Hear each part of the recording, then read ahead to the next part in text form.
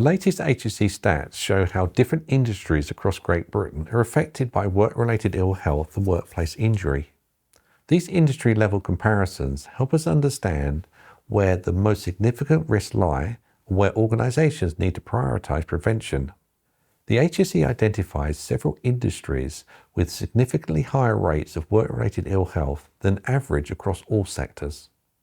These include public administration and defence, human health and social work, and finally, education.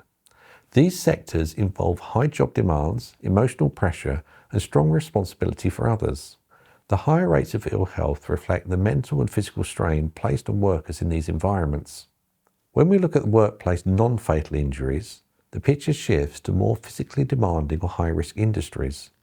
The sectors with significantly higher injury rates include accommodation and food service activities, construction, transportation and storage, and finally wholesale and retail trade, including motor vehicle repair.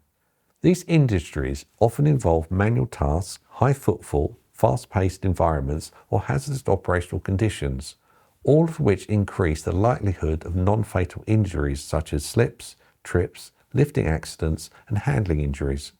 Historically, agriculture, forestry, and fishing have also shown a higher injury rate than average. However, the HSE notes that no estimate is available for the latest period, likely due to sample size limitations.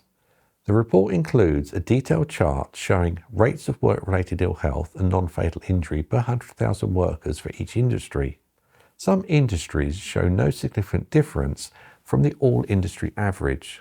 Others even show lower rates, such as certain financial, technical, and real estate sectors, where physical hazards and high emotional stress may be less common.